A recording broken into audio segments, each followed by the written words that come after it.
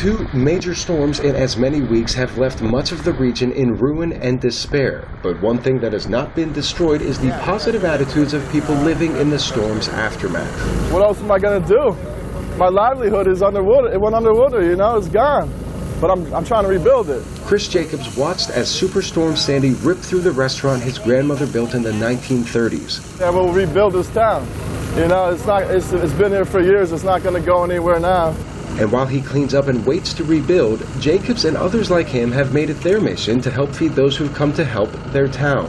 Everything is destroyed. It's not like you can go across the street and get a sandwich, a burger, or a glass of Coke. It's just not happening. That's Christopher Wood, the owner of a restaurant called Woody's. His shop sits next to the local fire company, and now he's part of the effort to feed the many relief workers and first responders who have come to lend a hand.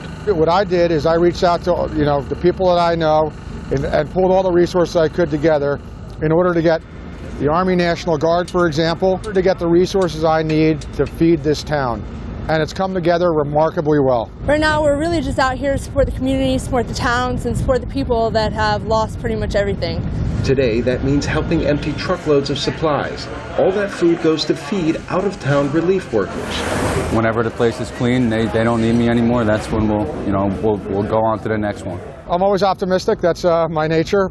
Yes, it's just going to take an incredible long period of time. I have no doubt in my mind that we will rebuild and be back as a town. While Hurricane Sandy washed much of the town's physical structures away, the spirit of the locals remains strong, and the rebuilding has already begun.